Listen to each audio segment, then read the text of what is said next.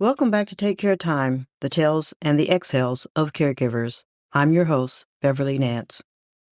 And I want to start today a little differently. I want to start with a question. Have you ever been so focused on keeping someone alive, keeping them stable, keeping them on schedule, keeping them running, keeping everything running, that you didn't notice what was happening to you? Not to them, to you. I think about that a lot because caregiving, it does something to you that nobody really warns you about. It reshapes you quietly without asking permission. And sometimes the thing that keeps you going, the thing you reach for when the day gets too heavy, starts to become its own kind of story. That is what today is about. Two stories running parallel. And the more you look at them, the more you realize they were never really separate. Last time we were together, we left Cyndi standing in her garage. It was after 11 at night. The house was quiet. Christopher had gone to bed early. Another one of those evenings she had started calling good without really meaning it. She had just named a batch of wine. She called it Pay Attention. And she had almost reached for her phone to call Dr. Reyes. Almost. Today, we find out what happens when almost is no longer enough. But before we get back to Napa, before we get back to Cyndi and Christopher and the kitchen counter and the pill organizer that never lies, I need to tell you something.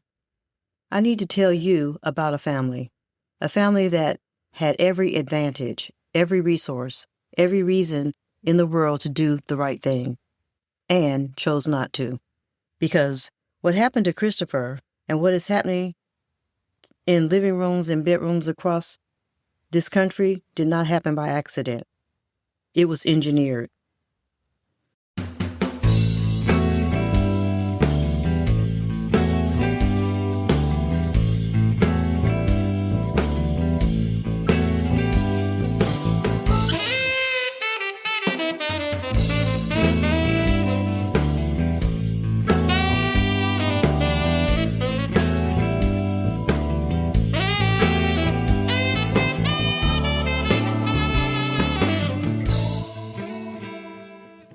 The name Sackler used to be synonymous with generosity. If you walk through certain museums, the Louvre, the Guggenheim, the Smithsonian, the Metropolitan Museum of Art in New York, you will find their name on wings and galleries and exhibit halls. The Sackler Gallery, the Sackler Center, the Sackler name was carved in stone, literally in institutions that house some of the most celebrated art and culture in the world. Philanthropy on a grand scale, the kind that makes the news, the kind that gets you invited to galas and honorary degrees and profiles in magazines. And here's the thing. For a long time, it worked. The reputation held. The name gleamed. What most people did not know, what many still do not fully understand, is what was funding all of that generosity. The Sackler family owned Purdue Pharma, and Purdue Pharma made OxyContin. Now, I know some of you have heard this story before, maybe in pieces, maybe from a documentary or a news article or a conversation around the kitchen table about someone you loved. But I want to tell you today in a specific way, not just as history, not just as a scandal, but as a backdrop, the invisible infrastructure behind what Cyndi is living through in that house in Napa. Because it matters. It deeply matters. Arthur Sackler was a patriarch, a psychiatrist, advertising genius, who died in 1987 before OxyContin ever existed. But the foundation he built, the understanding that pharmaceuticals could be marketed directly to physicians the way consumer products are marketed to the public, was his own legacy. His brothers, Raymond and Mortimer, carried it forward, and their children and grandchildren inherited both the wealth and the business. In 1996, Purdue Pharma produced OxyContin. to the American market. The drug itself, oxycodone, in an extended-release formula, was not new. Opioids had been used in medicine for decades, primarily for cancer patients and end-of-life care. The medical consensus at the time was that opioids carried significant addiction risks and should be used carefully and sparingly. Purdue Pharma, well, they had a different idea. What they did, and what has since been documented in thousands of pages of legal filings, internal memos, and court testimony, was launch one of the most aggressive and deliberately misleading pharmaceutical marketing campaigns in American history. Sales representatives were deployed across the country. They visited doctors' offices. They bought gifts. They bought data. They bought a message that was crafted with extraordinary care. The message was this: OxyContin was different. OxyContin's extended-release formula means the drug is released slowly, which means the highs are lower and the risk of addiction is minimal. Less than 1%, maybe even less than that. It was not true. Internal documents later revealed that Purdue Pharma knew that OxyContin was being crushed and snorted for faster absorption, that the addiction rate were not what they claimed, that the extended-release formula, when tampered with, delivered an opioid punch comparable to heroin. They knew, and they kept selling. They trained their sales force to downplay addiction concerns. They used a term internally, you may have heard of it. They called it the pseudo-addiction problem. The idea was that if a patient seemed to be displaying addictive behavior around their medication, it was not addiction. It was undertreated pain. The answer was not less medication, it was more. More. Think about that for a moment. Think about a doctor sitting across from a patient who is showing signs of dependency, who is asking for refills earlier than scheduled, who is having difficult mornings and settled evenings, and being told that the answer was not to pull back. The answer was to prescribe more. And here's the thing that stayed with me when I learned this. Those doctors were not villains. Many of them were doing exactly what they had been trained to do. They were treating pain. They were following guidance from what appeared to be authoritative medical resources, sources that had been, in many cases, quietly funded by the very company selling the drug. The system was poisoned at the source. By 2001, OxyContin was generating over $1 billion a year for Purdue Pharma. By 2010, over $3 billion. The Sackler family members who sat on the board were not passive investors. Documents and testimony reveal they were actively involved in sales strategy. They received detailed reports on prescription numbers.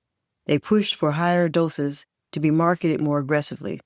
They tracked the data the way any business owner tracks revenue, because to them, this was what it was, revenue.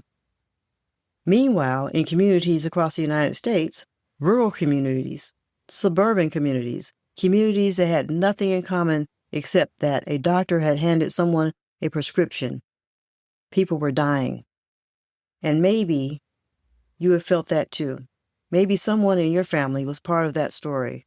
Maybe you are caring for someone right now whose dependency tracks back, in some way, to the pipeline. Because the opioid epidemic did not start in the streets.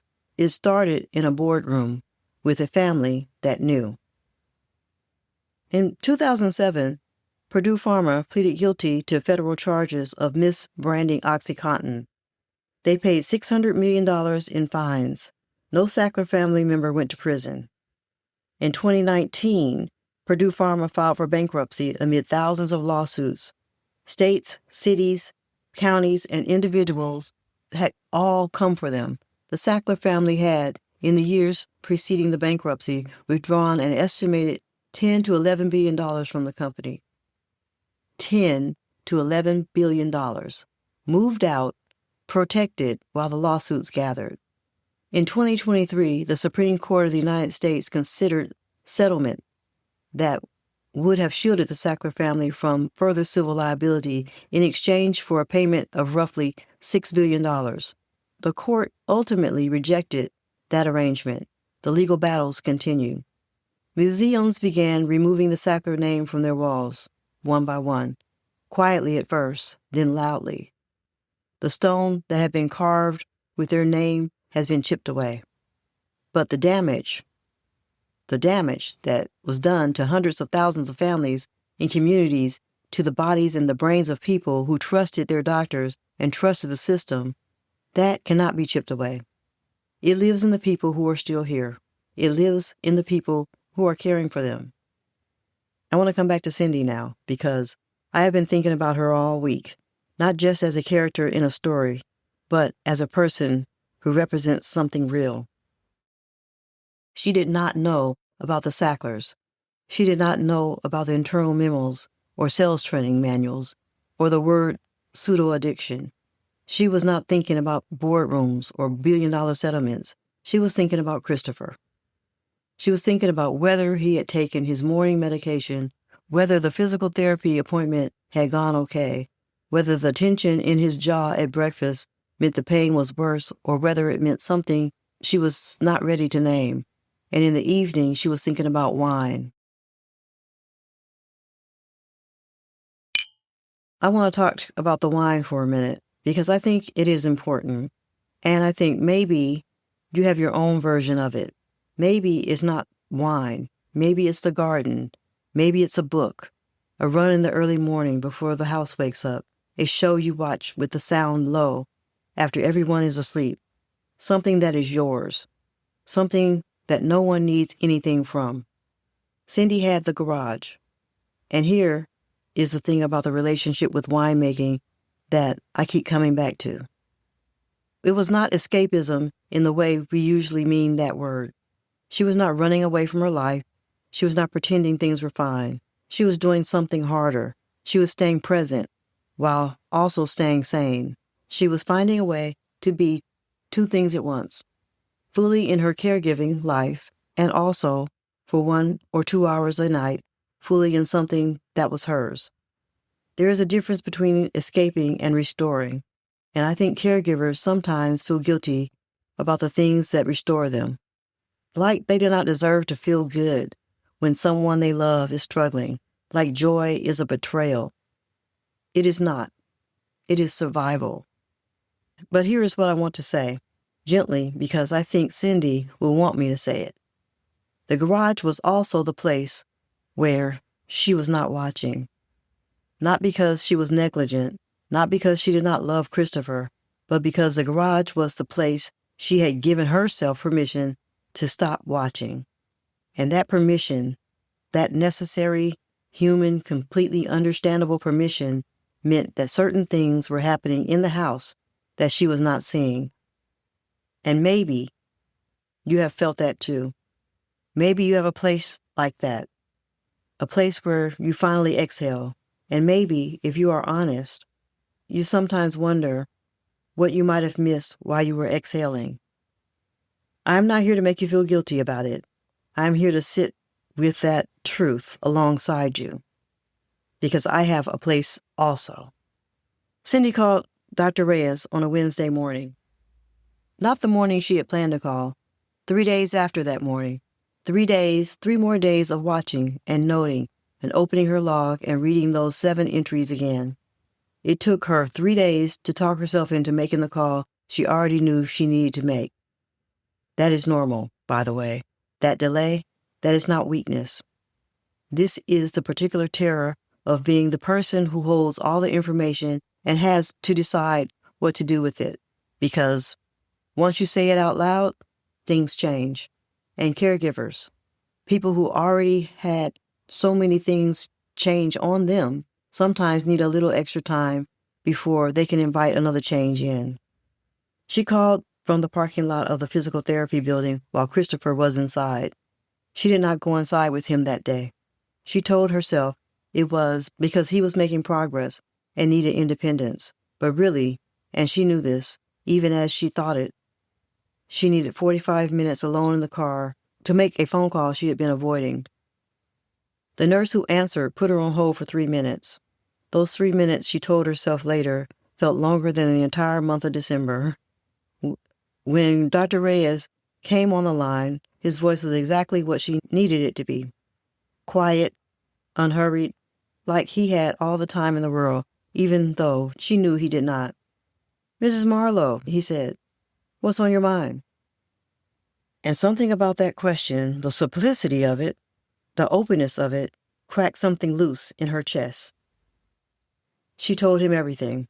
The 7 entries, the Wednesday compartment, the earlier doses, the way Christopher settled in the evenings in a way that no longer felt like rest, the refill that came 7 days early, the word earlier spoken so casually over coffee. She read from her log. She read every entry, every date, every 2-word note she had made to herself in the middle of an ordinary morning. Dr. Reyes listened without interrupting. When she finished, there was a pause. Not a long pause, but long enough for her to wonder if she had said too much. Long enough for her to feel, briefly, like maybe she was overreacting. "You did the right thing in calling me," he said. "This is important information." 4 words. Important information. Not "you are overreacting," not "he is just in pain, give him more time," not "this is a side effect of TBI recovery, it will pass." Important information.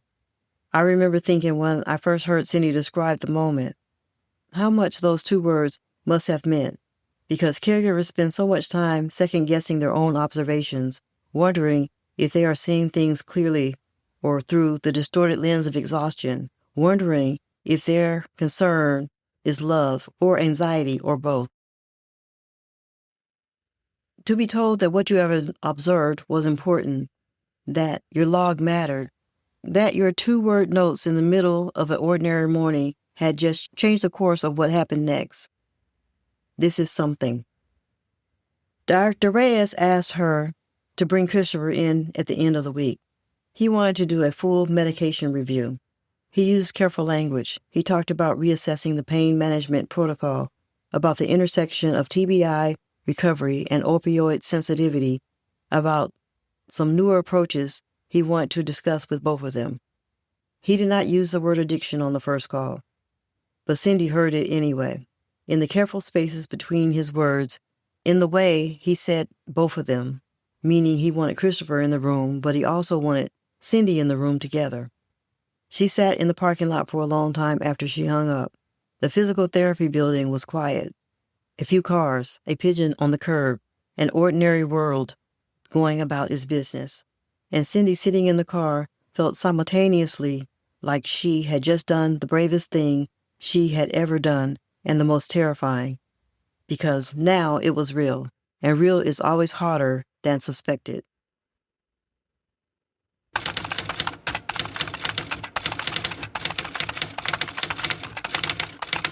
The appointment was on a Friday afternoon. Christopher did not ask why they were both going. Cyndi had told him, gently, without accusation, that Dr. Reyes wanted to check in with both of them, that it was a routine reassessment, and Christopher, to his credit, had nodded. He did not push back. I think about that a lot, because some part of Christopher, the part that had been a precise, careful man who color-coded his project timelines and double-checked his scaffolding specs, some part of him already knew. He had been living inside this thing. He knew what those evenings felt like. He knew the difference between pain relief and the thing that came after pain relief. He knew that the clock in his head had started counting down to the next dose in a way that had nothing to do with pain. He had just not said it out loud either. They sat in Dr. Reyes' office, not the waiting room, the actual office, with the desk and the diplomas on the wall and the window that looked out onto the parking lot that looked like every parking lot. Dr. Reyes was direct, not unkind, but direct. He explained what Cyndi had shared with him. He explained it to Christopher without framing it as betrayal. He said, and this is important, he said that what Cyndi had noted was consistent with something that he had seen before in patients recovering from traumatic brain injury who were on opioid-based pain management. He said that the frontal lobe injury had almost certainly changed the way Christopher brain was processing the medication, that the reward response was heightened, that the cravings were not a character flaw, it was neurology. Christopher sat very still through this. Then he said something that Cyndi told me she would never forget. "I thought I was just managing the pain," he said. "I thought that was all it was." Dr. Reyes said, "For a while, maybe it was." What stayed with me when I heard that was the honesty of it. The absence of shame in the room, not because shame was not present somewhere underneath. It almost certainly was, but because Dr. Reyes had created a space where the facts could be named, where the situation could be described without a verdict. That is rare, and it matters enormously, because caregivers and their loved ones often cannot have conversation they need to have because the conversation feels like an accusation, like a trial, and nobody wants to be tried by the person who loves them. What Dr. Reyes gave them that Friday afternoon was a room where no one was on trial, just people with a problem and a plan. That night, Cyndi went to the garage. She bought 2 glasses.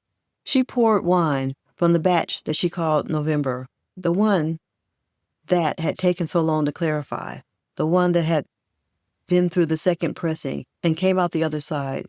She poured 2 glasses and she stood in the garage for a long moment. Then she carried 1 glass into the living room and set it on the table beside Christopher. He looked at it. Then he looked at her. "From November," she said. He picked it up, held it in a way she had taught him to hold it, slightly tilted to the light, so you could see the color at the edge. "It cleared," he said. "It took a while," she said. They sat together, not talking about the appointment, not talking about the plan or the adjusted medication or the therapist referral Dr. Reyes had mentioned, just sitting, with the wine that had finally become what it was always trying to be, and I think about that image a lot.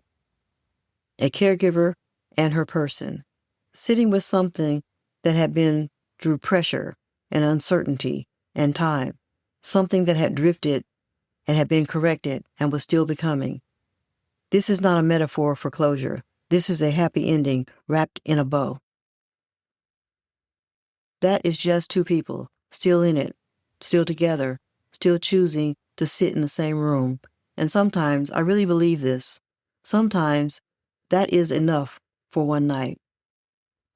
Before she went to bed that night, Cyndi went back to the garage. She stood in front of the Cabernet Franc, the batch that had been waiting, the batch that was ready, had been ready for weeks, but had no name. She opened her notebook. She picked up her pen, and she wrote 1 word. She called it honest, because that is what the week had been. Not easy, not resolved, but honest. And in Cyndi's world, in the world of wine and caregiving and long quiet nights in the garage in Napa, honest was the most valuable thing a batch could be.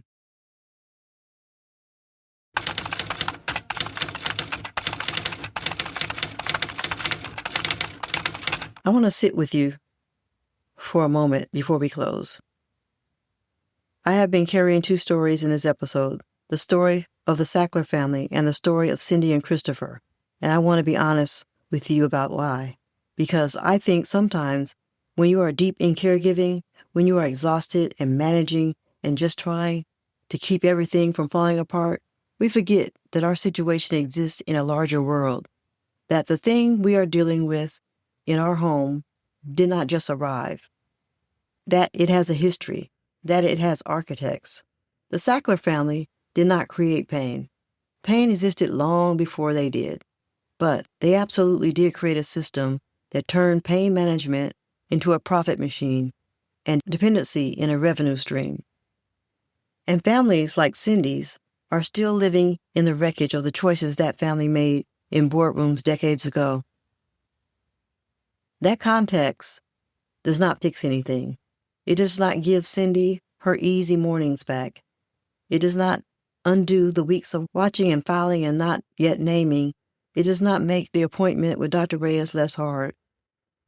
But it does mean something. It means that it is not your fault.